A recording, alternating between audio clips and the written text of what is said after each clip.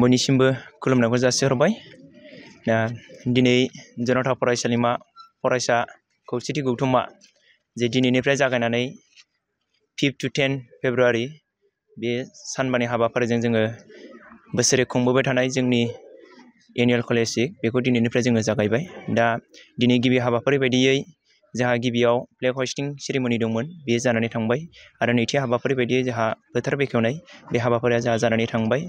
दा जोंहा उननि हाबाफारि बायदि दङ दा दसे समनि उनाव हारिमु हान्जा सुरनाय बे हाबाफारियाव जोंनि फरायसालिमानि गुबुन गुबुन जाथि आरो माहारिनि फरायसाफोरा गावबा गावनि जे हारिमु बेखौ दिन्थिगोन। दा जों आसा खालामदों गासै फरायसाफोरा जोंनि जे थिखानाय हाबाफारि बायदियै बयबो मोनफ्रोमबो हाबाफारियाव बाहागो लागोन आरो जोंनि जे मिजिं आरो आसाखौ लानानैहाय जोङो बे हाबाफारिखौ बानजायदोंमोन, बे हाबाफारिया खोब मोजाङै मेहेरगोनाङै जाफुंगोन जोङो बेखौ मिजिंथिनो हायो। दा एसेनोसै आरो। आदसा बे सानबानि हाबाफारियावहाय मा आयदाखौ लानानै खुंफुंनाय जादों? जोबोद मोजां सोंथि। जोङो जनता फरायसालिमा फरायसा खौसेथि गौथुमा दिनै जे सेथि सान, बे सेथि सानाव जोंहा गिबियाव फ्लेग हस्टिं सेरेमनि आरो नैथियाव जोंहा दङमोन फोथार बेखेवनाय आरो थामथि हाबाफारि बायदियै जोंहा हारिमु हान्जा सुरनाय।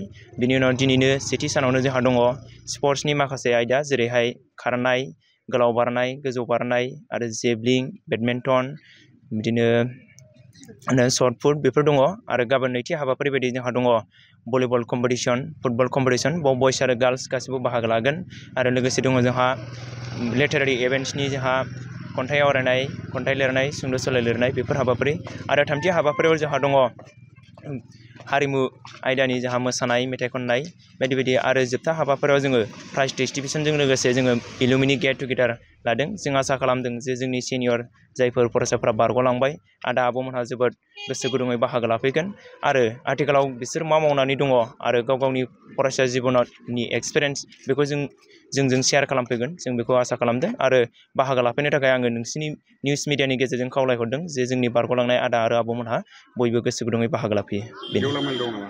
गेवलां मेल हाबाफारिखौ जोङो लानो हानाय जायाखै, माने समजों खारफानांगौनि थाखाय जोङो जोबथा सानाव जोङो प्राइज राननायजों लोगोसे एलुमिनि गेट टुगेदार हाबाफारि लानायजोंनो जोङो फोजोबनो सानदों आरो।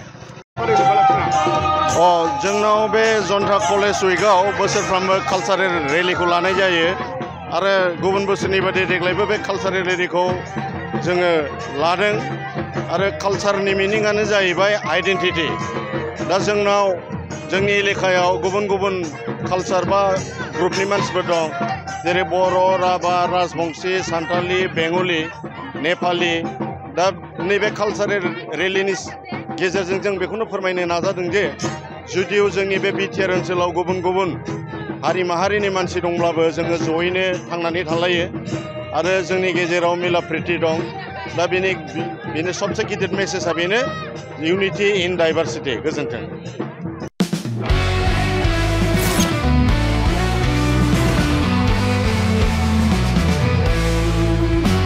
नोंथांनि जिउआव जायखिजाया खामानियावनो हेंथा नुजाथिदों नामा? गोब्राब नाजासेयावबो जिउआव जाफुंसारनायखौ मोननो हायाखै नामा?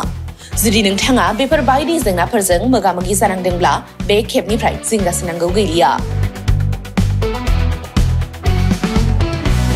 मुलुग दरबाराव तन्त्र मन्त्रनि थाखाय बयनिख्रुइबो मुंदांखासिन थावनियानो जादों मायां।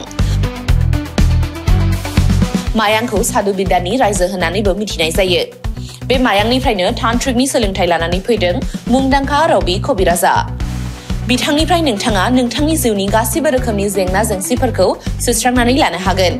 बिसि फिसायनि गेजेराव जेंना, गोसो थोनाया गारनानै थाङोब्ला लाबोफिननाय, जुलिनि जेंना, साख्रि मोननो हायै, हा-हु, धोन सम्पथिनि जेंना बायदि बायदि जेंनानिफ्राय उदां जानो एबा सुस्रांनानै लानो थाखाय नोंथाङा दिनैनो दानो जगाजग खालामनो हागोन रबि कबिराजखौ। रबि कबिराजखौ जगाजग खालामनो थाखाय मबाइल नाम्बार 7099193841 एबा 7086047381 आव कल खालामनो हागोन।